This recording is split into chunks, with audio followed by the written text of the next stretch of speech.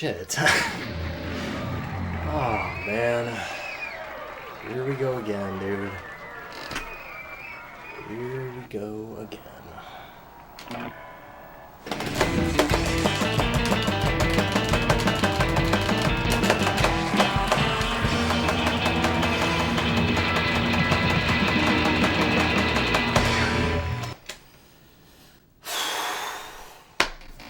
How close, man? How close was that? Fuck me.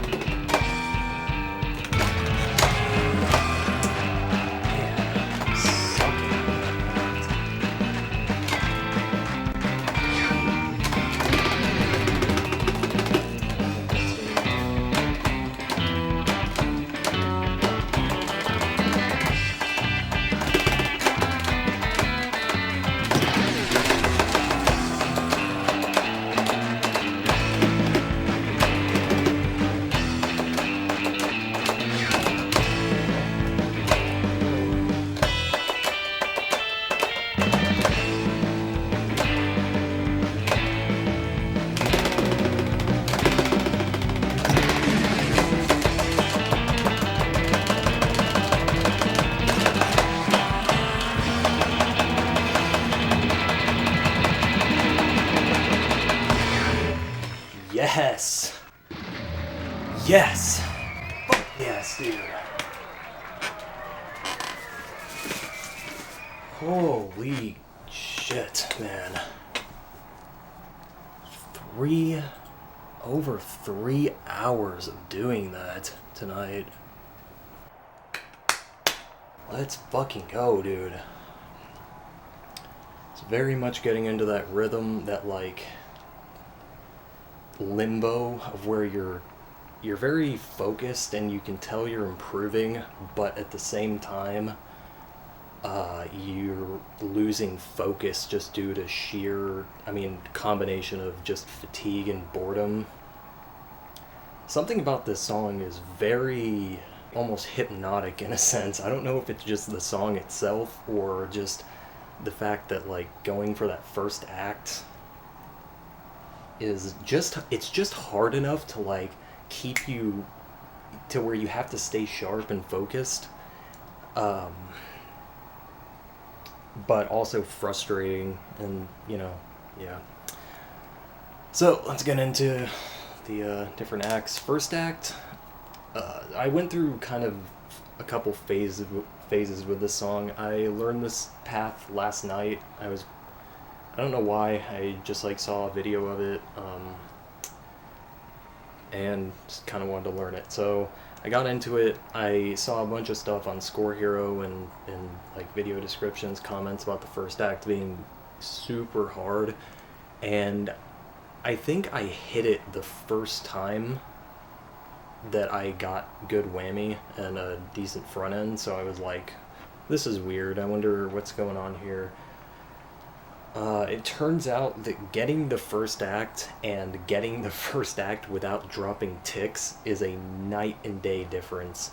It actually took me such a long time to even figure out, like, where I was dropping ticks. Obviously it's that yellow sustain, that short yellow sustain before the first star power whammy, and B, how to stop doing that. I eventually went back to good old reliable extended hit window with a different fret method, meaning I strum on the yellow and then go down to the red, and that's how I stop from dropping ticks there. But it's actually really annoying to do that, because on star power sustain specifically, because it turns a much easier strum whammy into a hammer-on whammy, which there's a big difference, and it's very difficult. They're much more difficult to get hammer-on whammy than strum whammy. I'm pretty sure that's universally agreed, but at least it's my opinion.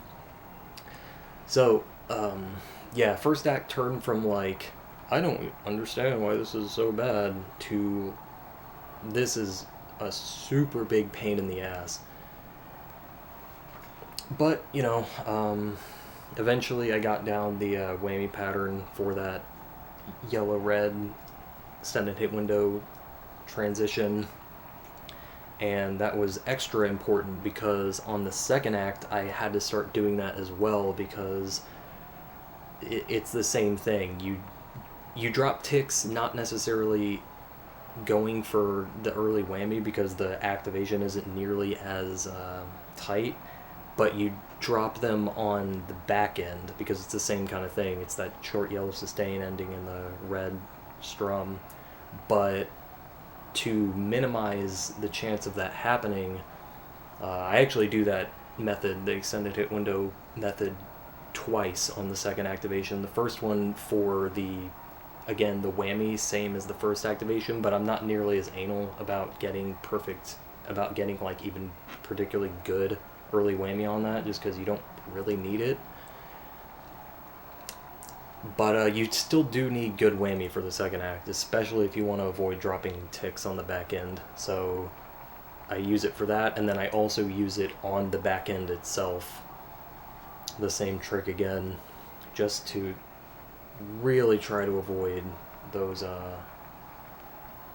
dropping any ticks, because it's really difficult, and it's super annoying to fuck up that second activation for any reason after getting a successful first one, because it just feels like after you get the first one you should be to the solo, guaranteed. Third act is kind of a grace from God, honestly, because every other activation is a huge pain in the ass. The fourth one, not really, and the fourth and fifth honestly aren't that bad. It's just that when you need ticks on them to beat first place that doesn't drop any ticks, then they become a huge pain. But yeah, the third act is just like a really nice break from everything. The only real trouble with that third act doesn't have anything to do with the act itself. It's that little sustain bit before the chords, because again, it's just one of those situations where harmonics just did not realize that they had sustain notes going into the next note. That is actually a spot where I thought at first I was going to have to use that extended hit window trick, but I never needed to for whatever reason. Those hit windows seem very generous. You can probably tell by my strumming pattern. Yeah, I hit them very late slash early, all the notes in between. Just abuse that hit window to make it not that bad. And I don't think I ever missed there, which is really surprising. I dropped ticks there a few times, even when, like on these later runs where I was much more practiced and consistent. But it was rare that I dropped ticks. It was rare that the third act in any way caused me issues, except for forgetting to activate, because it's such a strange, like, I activate on the measure line, you can see in the video, but there are some times where I'm just, especially in these like long sessions, I've only had a couple of them, last night and tonight, but like, yeah, like there were times where I just forgot to activate, and it was, yeah, it sucked. There was a couple times that I activated what I thought was too late, and then it ended up, if I had just done a late hit on the first star power note, the first red-blue chord, then I would have been alright, but I didn't account for that. So whatever. Fourth act,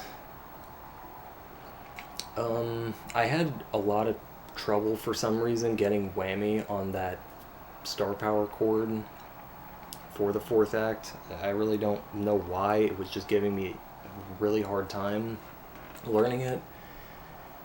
Aside from that, I do, at first on the activation itself, I was doing a different extended hit window method where I was, you're holding red, blue, and orange to start the activate, or from the previous chord, and so I was switching from that. I was going to holding red and yellow, and then activating the note, quote unquote, with blue. But then I realized that that wasn't super efficient, and it was causing me, it's just kind of complicated. Not really, but it's more complicated than it needed to be. So I switched to activating the note with yellow, because you're already holding red and blue, obviously. And while that is more, I mean, I don't even know what to say, efficient movement-wise, it's also really awkward to me, because I've never done that kind of method for activating extended hit window. Doing a middle note like that, it's just, yeah, it just feels weird. But I got the job done. Obviously you prefer getting ticks on the fourth act because it's a 3-note star power chord, and GH2, maybe in the first 3 games, or maybe it's just GH2, and maybe it's GH2 and 80s, whatever the case is, chords give you more points for sustains, whereas in GH3 and onward, I believe they do not, with the exception of like a sustained glitch in the later games, but whatever, it's not important. Point is, obviously you prefer getting ticks on the fourth act. It's also probably easier to do that because there's only one star power whammy that you have to go for, that in that chord. I'm not sure timing wise which is easier between the fourth or fifth for ticks. I assumed it was the fifth, just because when I was first doing runs of this, I was very cleanly getting the fifth act consistently, and I was not so with the fourth act, even with decent whammy on the star power chord. I guess I just got better at that activation over time. And the most I had going out of the fourth act was 303 in ticks instead of 275. And so that would have led to a pretty substantial record. If anybody is looking to beat this, that is the way to do it, getting ticks on the fourth act instead. But since I only needed one extra tick, I just gave myself the leniency of going for it on either activation. And, whatever, it was enough. But there are a lot more ticks just by abusing the fourth act, so just want to put that out there. Fifth activation, like I said, was pretty clean the whole time. I didn't really have any big issues with that, with the exception of, I guess 2 things. The first is that orange sustain on the second star power phrase. The first star power phrase is like that chord, the green, yellow blue chord, and then yeah, the second whammy note is that orange sustain, and that front end is so goddamn small for some reason. I don't get it. I don't understand why it's such a tiny front end. There's like no notes surrounding it. Maybe it's just a tempo thing, but like, my god, that fucked me over so many times, and I never really got that much better at it. Man, that was a super pain in the ass. And the reason it's so strange to me is that the green-yellow chord that follows it by a few notes is way more lenient. So there must be a huge tempo shift or something that goes on in that part of the song. The other trouble that I had with the fifth activation is just because it's so much later in the run, you know, you have pressure on, you're trying to blah blah blah. I ended up overlapping the front end a lot for some reason. That killed many of my runs. That was a pain, but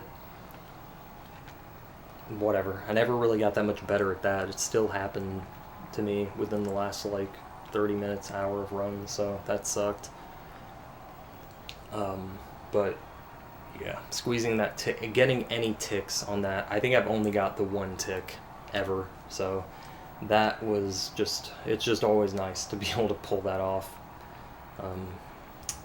Yeah, I think I figured from the get-go that the fifth act would be easier to get ticks on just because you have 3 separate early whammies to go for, but that I don't really think that's the case anymore. I think it's you kind of need all of those just to get like the squeeze proper in some capacity, because there was one run where I made it out of fourth act with 303, aka plus 28 ticks, and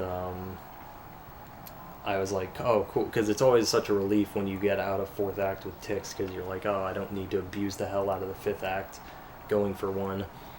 But then, yeah, especially on that orange sustain that fucks you over so often, but then I still thought I had like fine whammy on that run, but I just straight up missed the fifth act, and it wasn't even that close either. I went back and watched the footage. I was like 2 or 3 frames off. Like, it was pretty bad.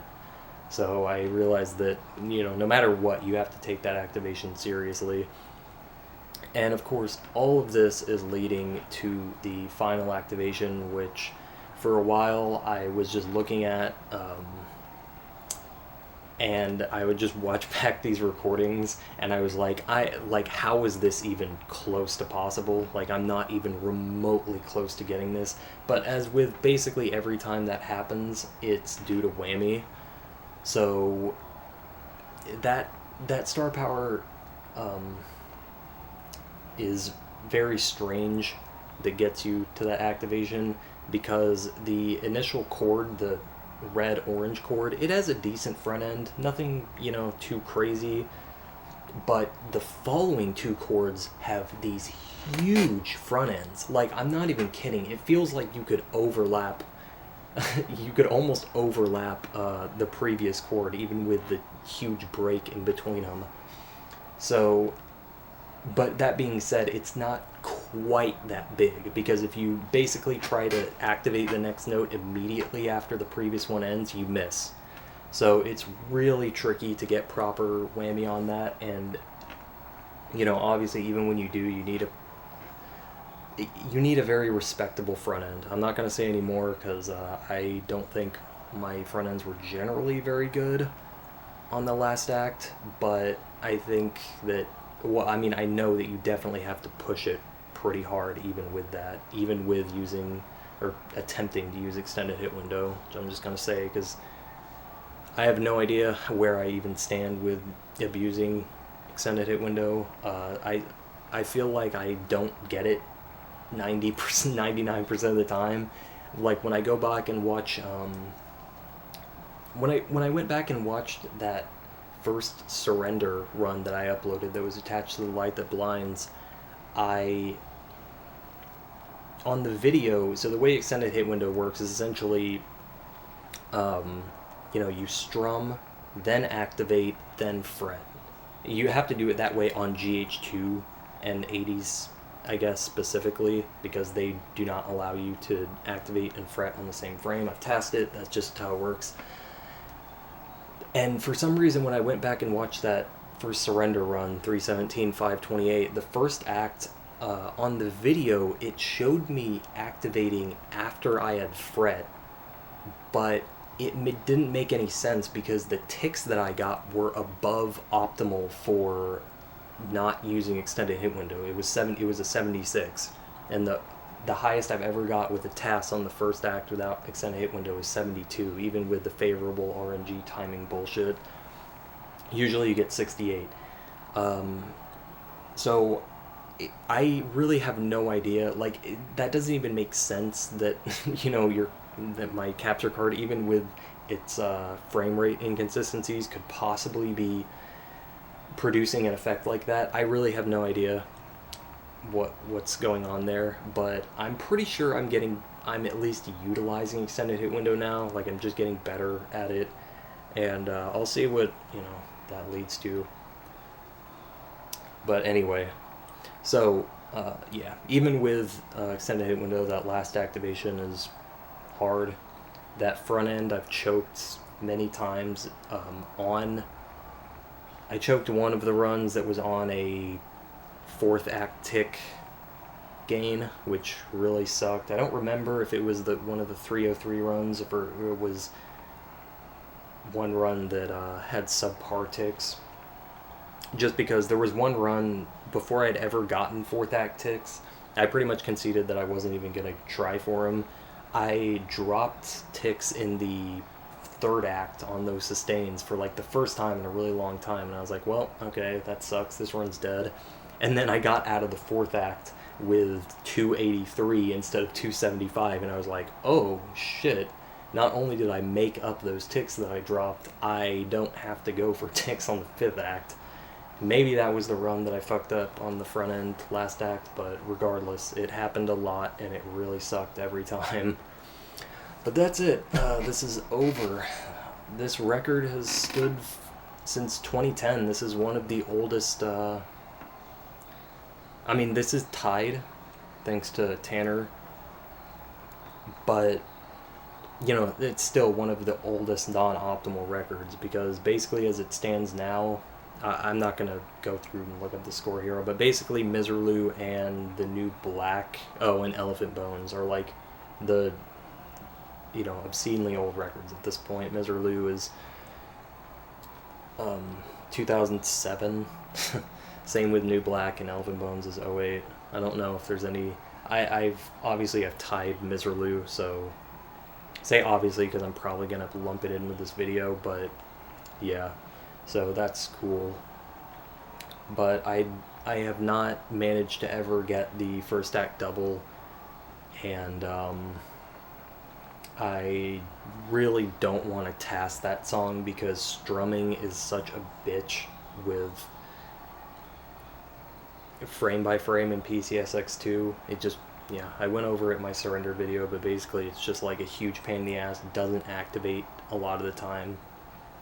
So I have been dreading trying to task that, and I don't even know if I will. It just doesn't seem likely that that act is possible, or at the very least, like, humanly viable. Like, maybe with a frame perfect extended hit window front end and back end you can get it. The real problem with that, the back end of the Misirlou first act, is that it's similar to Jordan, the second act, where it, you know, it's just game engine shit that gets in your way, really, because there's a strum and a hammer-on between all of those doubles in guitar break 1. It just makes that entire thing like a huge pain in the ass, and it like eats your strum inputs and to some extent just blocks you out of hitting notes early. So whatever. I don't really know why I'm talking about this. This is done, and that's really cool. I was talking about this because this record was pretty old. Apparently when The Beast did this for the first time, I can definitely tell why. In 2010, it was like, holy shit, like, I can't believe the score was gotten. The last act in particular. Alright, so that's it. Thanks for watching, and try to do something better and make up some of this 3.5 hours I wasted on this tonight.